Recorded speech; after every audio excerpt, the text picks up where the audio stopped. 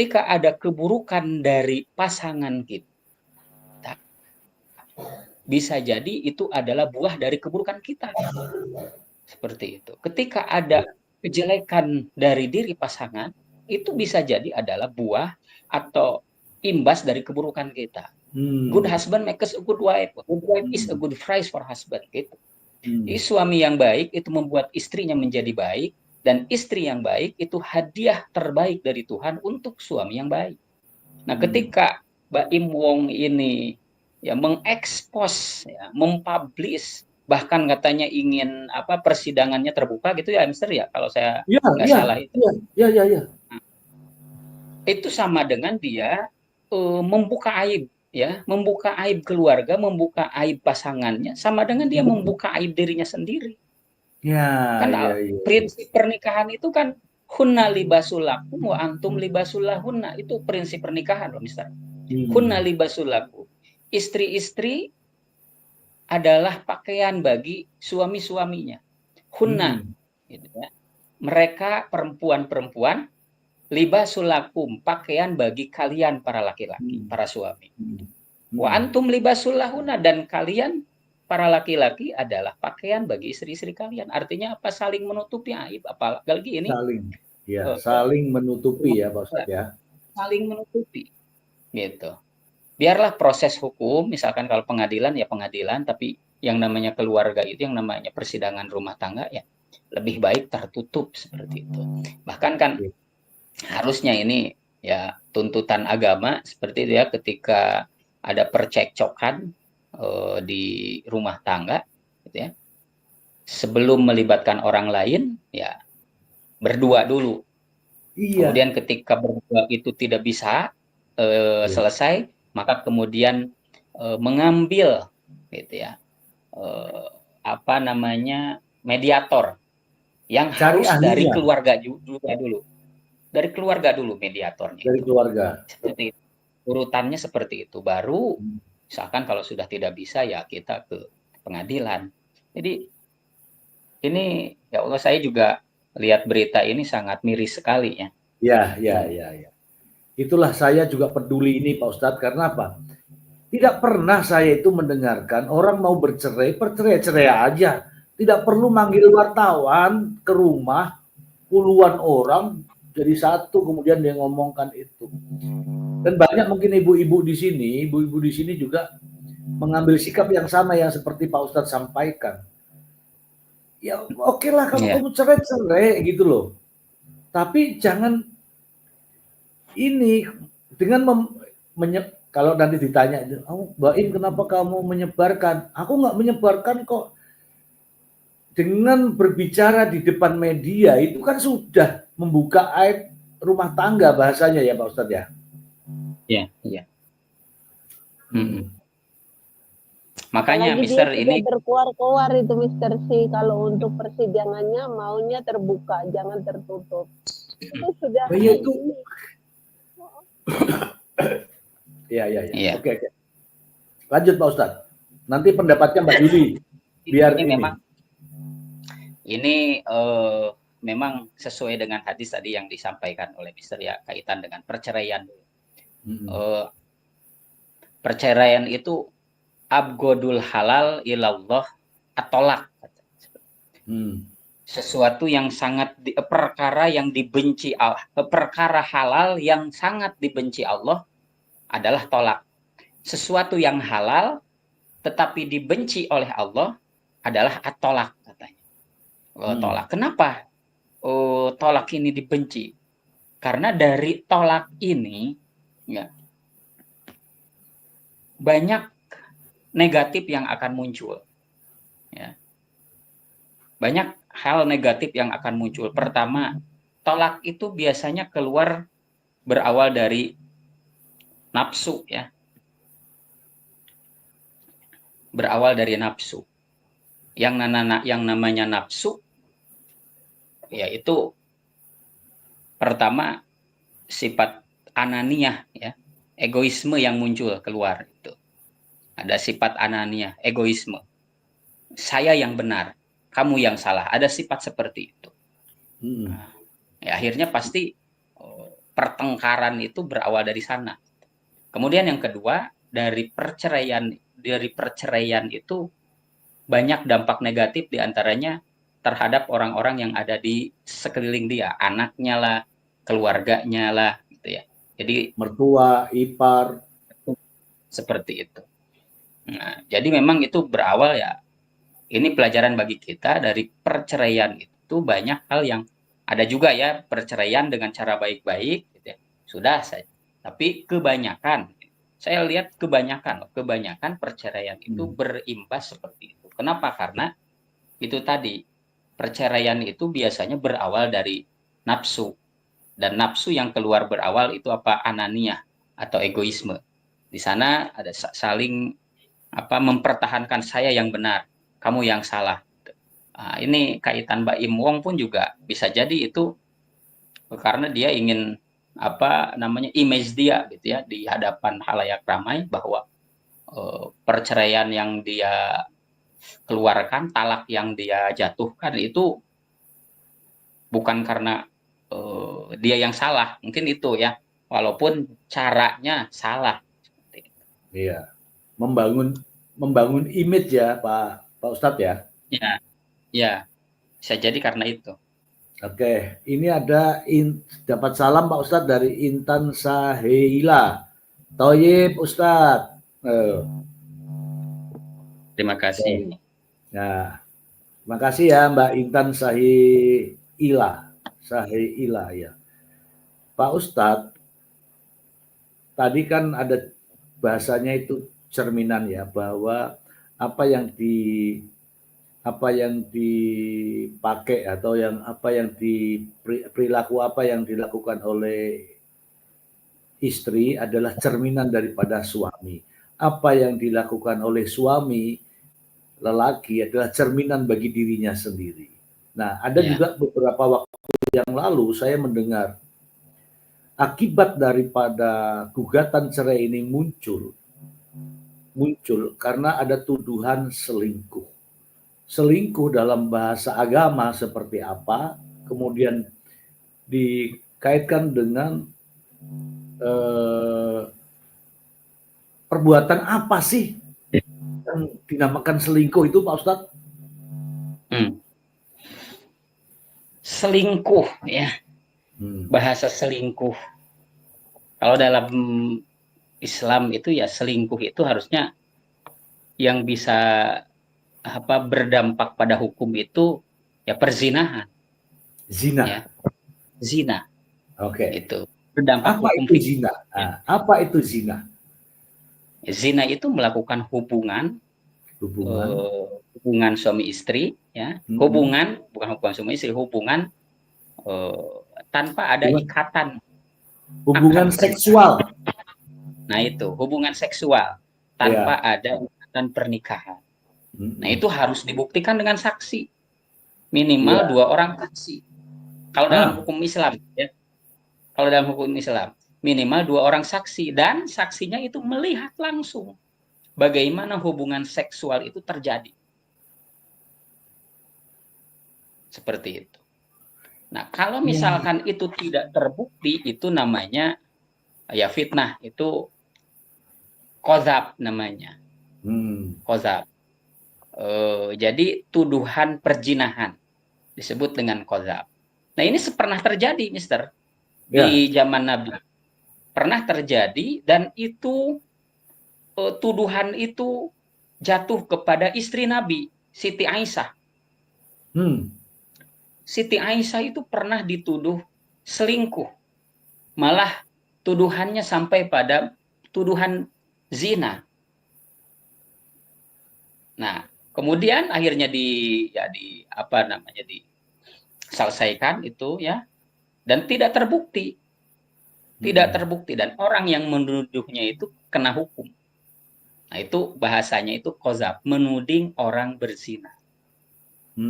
Nah, kembali ke sini bahwa perselingkuhan itu di kita lebih khusus pada hal yang istilahnya menduakan perasaan, gitu ya, seperti itu. Tidak pada langsung berbuat zina, tapi menduakan perasaan sayang suami itu ya, atau istri kepada yang lain, itu dianggap selingkuh gitu ya.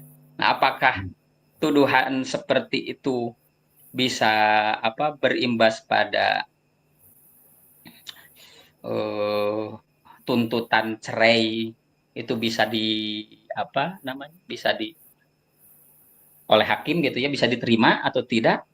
Nah, kalau di Islam itu yang namanya selingkuh yang berdampak hukum itu ya sampai pada perbuatan zina. Kalau masalah perasaan itu, ya Allah alam, orang namanya perasaan ya. Iya, Pak Ustadz. Ini dapat salam juga ini Pak Ustadz dari Susi Utami dari Temanggung. Wah, Temanggung hadir nih Pak Ustadz. Pak Ustadz pernah ke Temanggung? Belum pernah. Paling ke Jogja saya. Nah, itu kalau Temanggung itu Gunung Dieng yang dingin itu, Wonosobo itu Temanggung Pak Ustadz. Di situ banyak sayur mayur Pak Ustadz. Oke, kita lanjut lagi Pak Ustadz. Iya. Ketika menuduh seseorang dan itu tidak benar-benar terjadi, apa konsekuensi Islam bagi hukum Islam dan konsekuensi hukum di Indonesia, Pak Ustaz?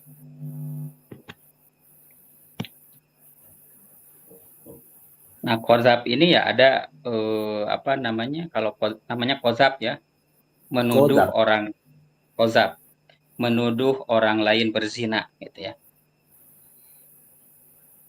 Konsekuensi hukumnya, kalau saya belum tahu nih ya, kalau kaitan dengan kompilasi hukum Islam gitu ya, hukumannya seperti apa gitu. Tadi kan bilangnya fitnah Pak Ustadz, katanya kalau fitnah itu lebih kejam daripada pembunuhan. Iya, pasti tapi, itu ya. Tapi masalah hukumnya saya tidak mengerti, tapi kalimat itu ada ayatnya tapi saya nggak tahu Pak Ustadz. Mohon maaf saya kurang ini. Jadi katanya itu fitnah itu lebih kejam daripada pembunuhan begitu. Mungkin Pak Ustadz punya referensinya. Itu fitnahnya beda lagi mungkin itu ya. Tapi kalau misalkan kalau al fitnatu asyaddu minal qatl itu bukan sekedar fitnah menuding orang lain ya, tapi melakukan sesuatu yang bisa menimbulkan huru-hara, itu fitnah. Makanya lebih kejam daripada pembunuhan. Nah, kalau menuding orang zina itu dibahasakan dengan qazaf. Itu saya hadisnya itu hadis riwayat Muslim kalau nggak salah gitu ya, bahwa orang yang melakukan qazaf, menuding orang lain berzina, itu pahalanya itu dapat melebur pahala selama 100 tahun. Seperti Masya Allah. Saking berdosanya itu melakukan qazaf itu. Kemudian juga kalau misalkan dalam hukum Islam itu, orang yang melakukan qazaf itu kena hukuman 80 kali cambukan itu, Mister. 80 kali cambukan. Wah. Itu kalau dalam hukum Islam itu ya. Ya. Apa sih cambukan itu bahasa kitanya itu? Diderak kalau, gitu ya. Kalau di Indonesia kan nggak menggunakan itu ya Pak Ustadz ya. Kan itu. Nah, makanya kalau dalam kompilasi hukum Islam, apakah orang yang menuduh orang lain berzina itu kena penjara atau apa, itu saya belum tahu itu. Tapi kalau dalam hukum Islam itu ada hukumnya. Katanya 80 kali cambukan. Oke. Ini dapat salam dari Kuningan Pak Ustadz. Jauh nih Pak Ustadz. Wah, dekat Pak Ustadz ini ya. Jauh juga ya? Jauh. Kuningan itu dari kita itu berapa jam? 3 jam. Dari Bu Titik Setiawati, Kuningan. Saya langsung sebut pokoknya kotanya nih sekarang nih. Oke, terima kasih nih Pak Ustadz nih. Mungkin apa namanya Pak Ustadz? Ini kan beritanya sudah banyak sekali beredar Jadi wajar saja kita mengulas informasi ini. Jadi bukan kita ini ngegibah, bukan. Kalau kita ini ngegibah itu kita tidak punya televisi. Itu yang televisi itu sudah pada ngegibah duluan. Koran-koran, berita-berita, media sosial sudah ngegibah. Kita ini sedang tidak ngegibah, sedang menganalisa bagaimana memberikan edukasi kepada masyarakat. Oh, ternyata begini. Oh, ternyata begini. Karena ini adalah bagian daripada masalah sosial, teman-teman ya. Bukan kita ngegibah, bukan. Ya. Itu. Begini Pak Ustadz. Istri itu sebenarnya kan bagian daripada hidup kita ya Pak Ustadz ya. Ada kewajiban bagi suami untuk melindungi, bahkan menyimpan rapat-rapat apa-apa yang menjadi kesalahan istri, kalau tidak salah seperti itu. Mungkin Pak Ustadz bisa memberikan gambaran gitu. Untuk sejelek apapun itu istri kita gitu loh Pak Ustadz. Menurut Pak Ustadz gimana? Iya. Ya, makanya ketika pernikahan itu dilaksanakan, akad pernikahan itu diucapkan, ijab qabul itu diucapkan, maka di sana ada disebut dengan mitsaqon ghalidho, janji kokoh gitu ya. Perjanjian yang pada hakikatnya bukan berjanji kepada wali, tapi berjanji kepada Allah, lahir dan batin.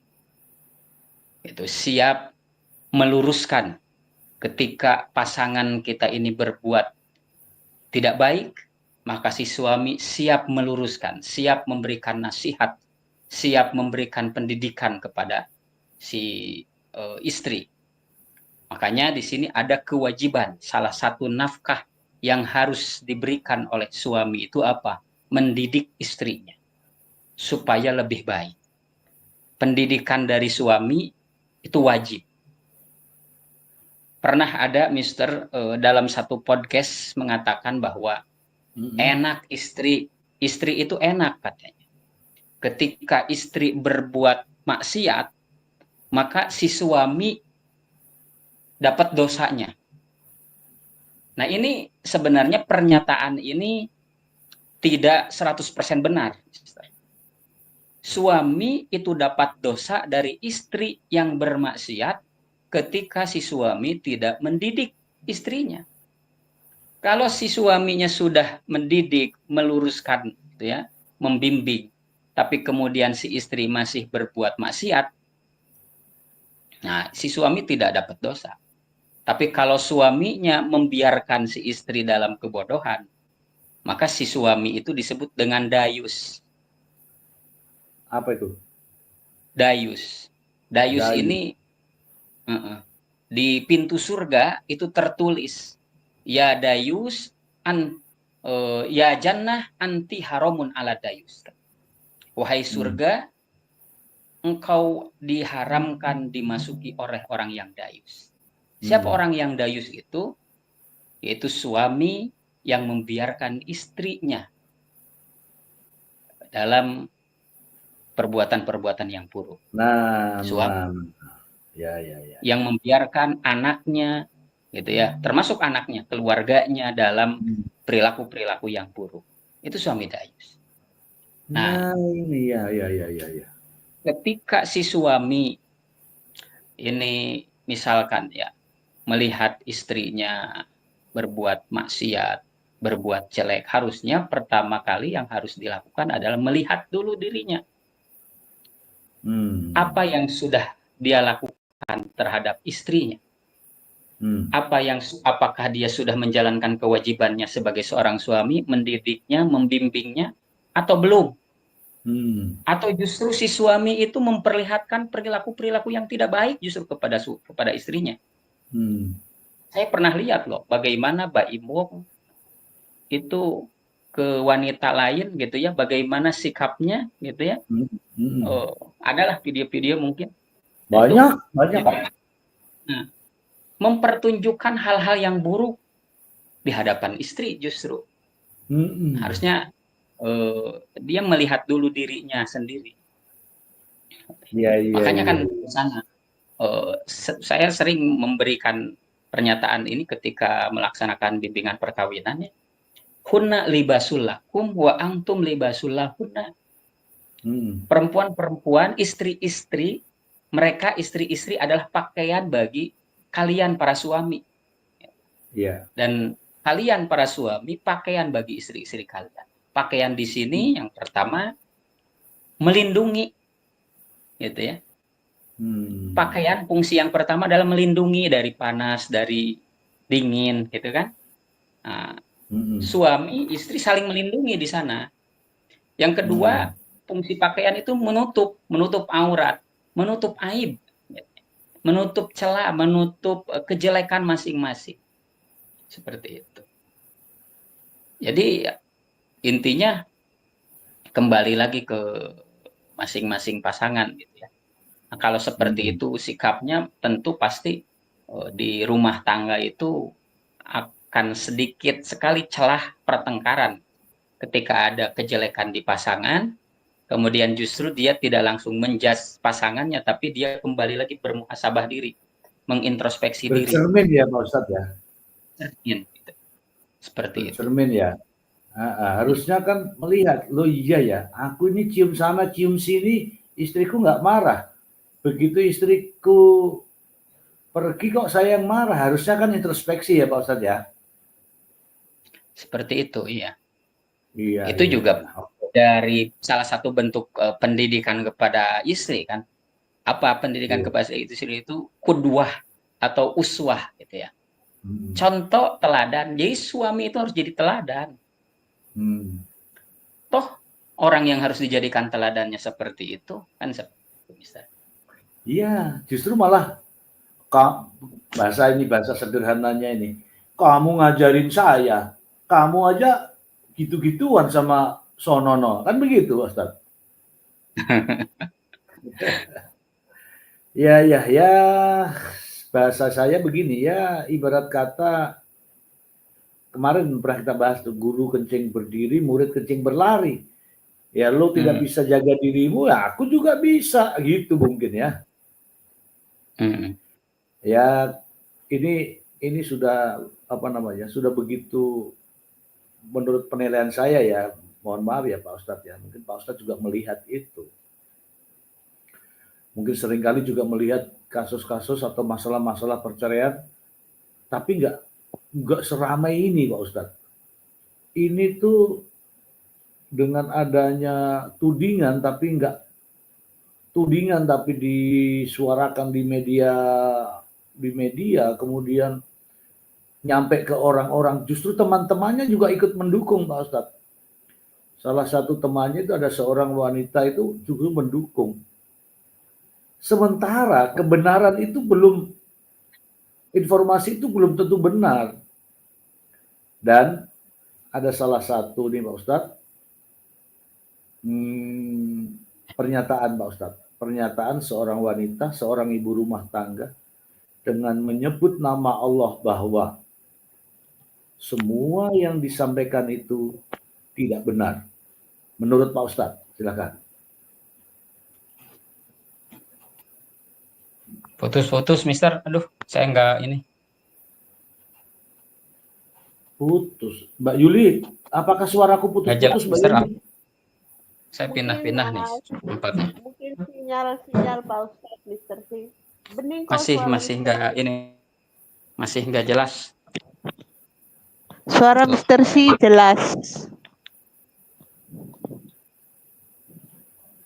Oh, Pak Ustadz yang nggak jelas anunya mungkin. Halo Pak Ustadz. Ya. Sinyal Pak Ustadz yang nggak bagus. Sinyalnya jelek. Aduh. Coba Mbak Yuli tolong belikan sinyal untuk Pak Ustadz Mbak Yuli. Ini repot saya kalau Pak Ustadz katanya besok mau jual HP-nya 1 buat beli sinyal. Apa? Coba diulangi, saya baru enggak. Kata saya kata Mr. C belikan sinyal buat Pak Ustadz katanya. Terus saya bilang besok HP-nya yang satu mau dijual buat beli sinyal. Bercanda ya Beli Pak sinyal Ustadz. gimana? Padahal ini udah baru ngisi kuota ini. Alah Pak Mungkin Ustadz, kan Pak Ustadz mungkin tinggal ketik saja di bawah itu nomornya berapa, nanti kan muncul kuotanya sendiri Pak Ustadz. Ketik aja Pak Ustadz.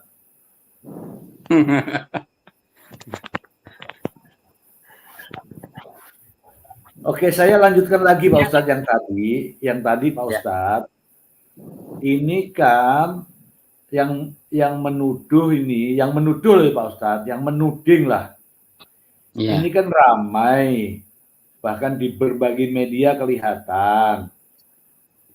Tudingan itu adalah tudingan adanya perselingkuhan.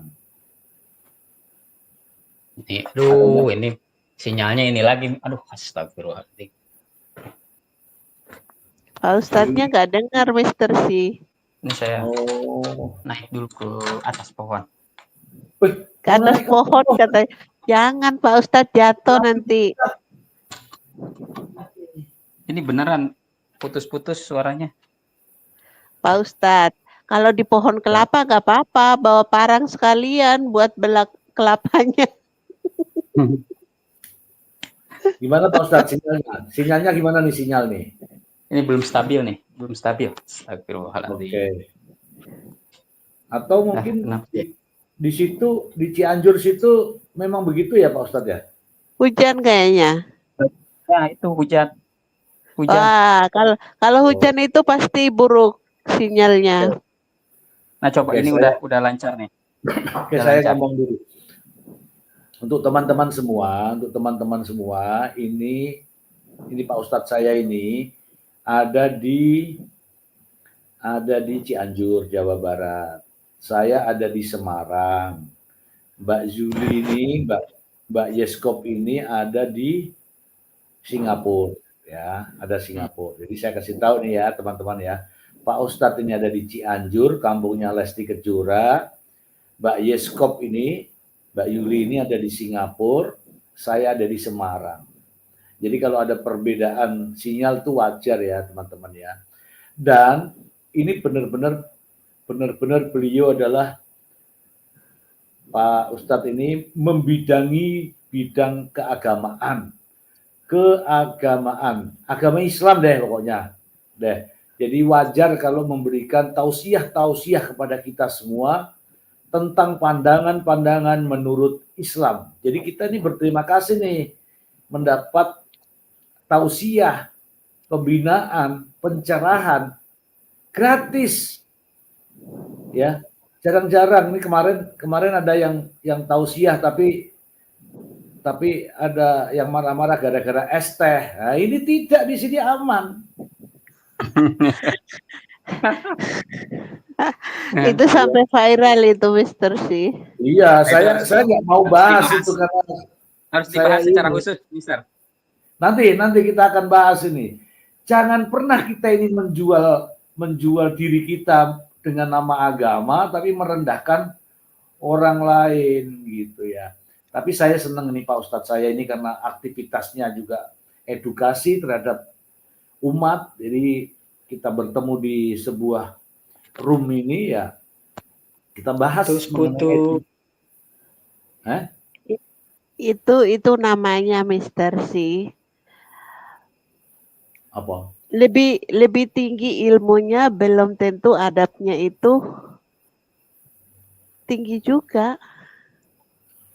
Ya aku belum mau membahas itu, kita akan bahas di jadwal berikutnya. Saya sudah janjian sama Pak Ustadz ini. Siap, insya Allah. Di tempat yang ya Allah Gusti Pak Ustadz, hari ini kita kedatangan tamu Pak Ustadz dari Mekah Al Mukarromah Pak Ustadz. Masya Allah. Nih. Siapa?